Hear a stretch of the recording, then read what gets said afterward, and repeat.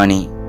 நம்ம பிறந்ததுலேருந்து நம்ம இறந்து போகிற வரைக்கும் நம்மளுடைய என்டையர் லைஃப்பையும் டிசைட் பண்ணுறது மணி. நம்ம சின்ன வயசில் ஸ்கூல் படித்து முடித்த உடனே அதில் நிறைய மார்க் ஸ்கோர் பண்ணியிருந்தா நல்ல காலேஜ் கிடைக்கும். அந்த நல்ல காலேஜில் பிளேஸ்மெண்ட்டில் செலக்ட் ஆகி நல்ல ஜாபுக்கு போனால் சேலரி அதிகமாக இருக்கும். இந்த மொத்த சிஸ்டம் டிசைனோட அவுட்புட்டும் மணி.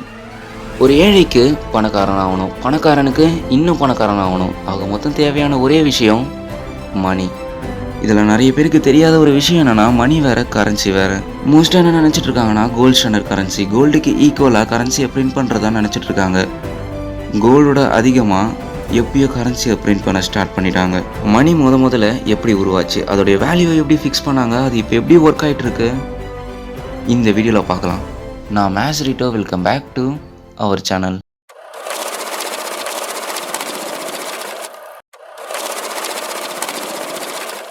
முதல்ல பணம் எந்த இடத்துல உருவாக ஆரம்பிச்சுது? அந்த காலத்தில் வாழ்ந்துட்டு வந்த மக்கள் பார்ட்டர் சிஸ்டம், பண்டமாற்று முறையை ஃபாலோ பண்ணிட்டு வந்தாங்க.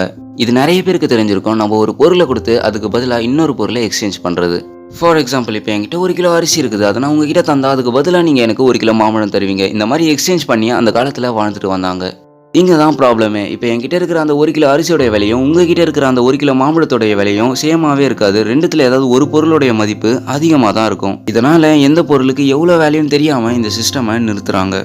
இதுக்கு அடுத்தது தான் மக்கள் கோல்டு சில்வரை யூஸ் பண்ண ஸ்டார்ட் பண்ணாங்க. நாணயங்கள், உதாரணத்துக்கு இப்போ என்கிட்ட ஒரு 3 கோல்டு காயின் இருக்குன்னா அதை வச்சு நான் 1 கிலோ அரிசியை வாங்க முடியும். 5 கோல்டு காயின் இருந்ததுன்னா அதை வச்சு 2 கிலோ அரிசியை வாங்க முடியும். இப்படி பண்ணுறதுனால ஒரு பொருளுக்கு வேல்யூன்றது கிரியேட் ஆகுது. இந்த பொருளுக்கு இவ்வளோதான் மதிப்புன்ட்டு அப்போ தான் மக்கள் முடிவு பண்ணுறாங்க. அகைன் இன்னொரு பிரச்சனை ஸ்டார்ட் ஆக ஆரம்பிச்சது. கோல்டுடைய வெயிட்டை கேரி பண்ணுறது மக்களுக்கு ரொம்பவே கஷ்டமாக இருந்தது. கோல்டை ஒரு ஊர்லேருந்து இன்னொரு ஊருக்கு கொண்டு போகும்போது நிறைய வழிப்பறி நடக்க ஆரம்பிச்சது. அந்த டைமில் திருடர்கள் கோல்டை கொள்ளையடிக்க ஆரம்பிச்சாங்க.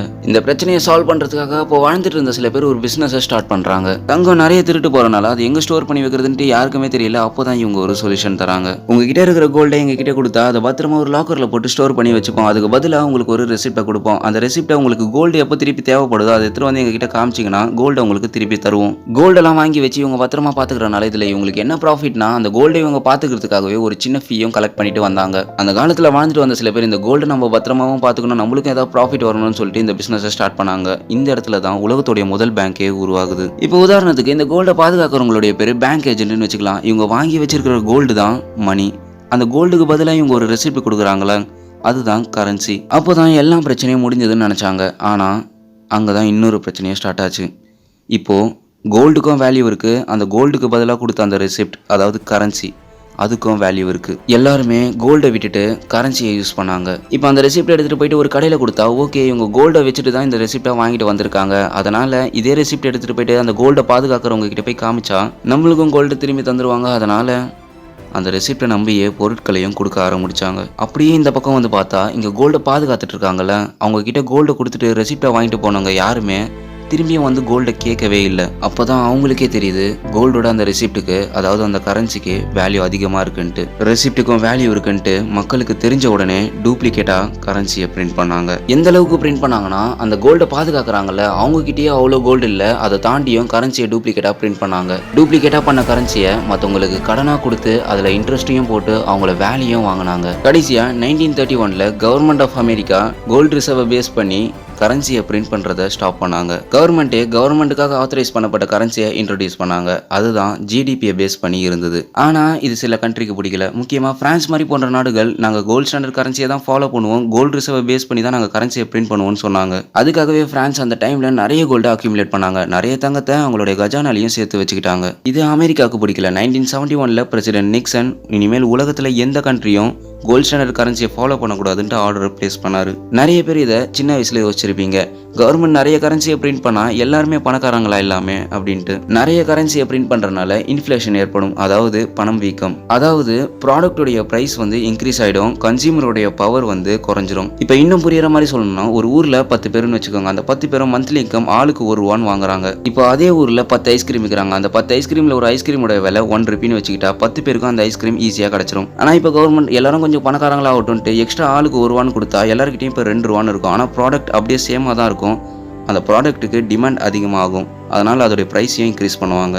இந்த மாதிரி ஜிம்பாப்வே அப்படின்ற ஒரு கண்ட்ரில அந்த நாட்டுடைய பிரைம் மினிஸ்டர் எக்கச்சக்கமான பணத்தை பிரிண்ட் பண்ணி மக்களுக்கு கொடுத்தாரு. இப்படி பண்ணனால இன்ஃப்ளேஷன் ப்ராடக்டோடைய பிரைஸ் பயங்கரமா இன்க்ரீஸ் ஆச்சு. கட்டா பணம் எடுத்துட்டு போயிட்டு ஒரு பிரெட் பாக்கெட்டை வாங்கினாங்க. 2008ல நீங்க மட்டும் ஜிம்பாப்வேல இருந்திருந்தா நீங்க ஒரு மில்லியனரா இருந்திருப்பீங்க. ஆனா அவ்வளவு பணத்தை வச்சு ஒரு பிஸ்கெட் பாக்கெட் கூட வாங்க முடியாது. அதே நேரத்துல ஜிம்பாப்வே மட்டும் இல்லாம வெனசுவேலா, சவுத் ஆப்பிரிக்கா போன்ற நாடுகளும் அவங்களோட எக்கனாமிக் growth இன்க்ரீஸ் பண்ணணும்னு நிறைய கரன்சியை பிரிண்ட் பண்ணாங்க. பண்ட மாற்று முறையை ஃபாலோ பண்ணிட்டு வந்த நம்ம கோல்டை யூஸ் பண்ணோம். கோல்டு கரன்சியா மாறி இருக்கு. கரன்சி டிஜிட்டல் மணியா மாறி இருக்கு. ஜான்வரி 2009ல கிரிப்டோ கரன்சி அதாவது பிட்காயினை சத்தோஷி நாகமோட்டோ அப்படின்ற அனானிமஸ் இன்ட்ரோடியூஸ் பண்றாரு. கிமு 18ஆம் நூற்றாண்டுல பேங்க் ஆஃப் பேபிலோன் அப்படின்ற வங்கி தான் உலகத்துடைய முதல் பேங்கா இருந்தது. நான் முன்னாடியே சொன்ன மாதிரி பேங்க் எதுக்கு ஸ்டார்ட் பண்ணாங்கன்னா நிறைய கோல்டு திருட்டு போறதுனால அதை பத்திரமா பாத்துக்கணும்ட்டு அதை ஸ்டார்ட் பண்ணாங்க. மக்கள் எல்லாருமே கோல்டை கொடுத்துட்டு அதுக்கு பதிலாக வாங்கிட்டு போனதுதான் கரன்சி. அதுக்கு வேல்யூ இருக்குன்றனால டூப்ளிகேட்டா அதாவது இல்லீகலா பிரிண்ட் பண்ணாங்க. கரன்சியை வாங்கிட்டு போன மக்களே அவளை யோசிக்கும் போது உண்மையான வேல்யூ இருக்கிற அந்த கோல்டை வச்சிருக்க அந்த பேங்க் ஆளுங்க எப்படி யோசிச்சிருப்பாங்க. அப்போதான் எல்லாருமே ரியலைஸ் பண்ணுறாங்க பேங்க்ன்றது சர்வீஸ்க்கே இல்லை, it is the purest form of business. பேங்க்ல கோல்டு சேஃபாக இருக்குன்ட்டு மக்கள் நிறைய கோல்டை கொடுத்தாங்க. அப்போதான் பேங்க் ஏஜென்ட் ஒரு பிளானையும் போட்டாங்க. பேங்க்ல நிறைய கோல்டு சேர்ந்த உடனே அதுல இருந்து கொஞ்சம் கோல்டு எடுத்து அதை மக்களுக்கு கடனாகவும் கொடுத்தாங்க. கடனாக கொடுக்குற கோல்டுக்கு நிறைய இன்ட்ரெஸ்டையும் போட்டாங்க, அதுக்கு ப்ராஃபிட்டையும் பார்த்தாங்க. இப்போ மக்கள் கொடுக்குற கோல்டு தான் இவங்க மக்களுக்கு திரும்பியும் கடனாக கொடுக்குறாங்க. இப்போ பேங்க்ல ஒருத்தர் வந்து ரெசிப்டை கொடுத்து இந்த மாதிரி நான் உங்ககிட்ட கோல்டு கொடுத்துருந்தேன், என்னோட கோல்டு திரும்பி கொடுங்கன்னு கேட்டா வேற ஒரு பர்சன் கொடுத்த கோல்டு எடுத்துட்டு வந்து இவர்கிட்ட கொடுத்துருவாங்க. அப்போ அந்த பர்சன் வந்து கேட்டா இன்னொரு பர்சன் கொடுத்துருப்பார்ல, அந்த பர்சனுடைய வாலெட்ல இருந்து கொஞ்சம் கோல்டு எடுத்து இவர்கிட்ட கொடுத்துருவாங்க. இப்போ எல்லாரும் ஒரே நேரத்தில் வந்து அவங்களுடைய கோல்டு திருப்பி கேட்டா என்ன பண்ணுவாங்கன்னா அந்த மாதிரி கேட்க மாட்டாங்கன்ற ஒரு தியரியில தான் இன்னும் வரைக்கும் பேங்கிங் ஒர்க் ஆகுது. இப்போ பணம் எப்படி உருவாச்சு, பேங்க் எப்படி ஒர்க் ஆகுது, ஆரம்ப காலகட்டத்தில் எவ்வளோ ஸ்ட்ரகிள் பண்ணாங்கன்ட்டு இந்த வீடியோவில் ஒரு ஐடியா கிடைச்சிருக்கும். இதோட இந்த வீடியோ முடியுது. இந்த வீடியோ பிடிச்சிருந்தா சப்ஸ்கிரைப் பண்ணுங்க. வேற ஏதாவது கண்டென்ட் வேணும்னா கமெண்ட்ல சொல்லுங்க. தேங்க்ஸ் ஃபார் வாட்சிங்.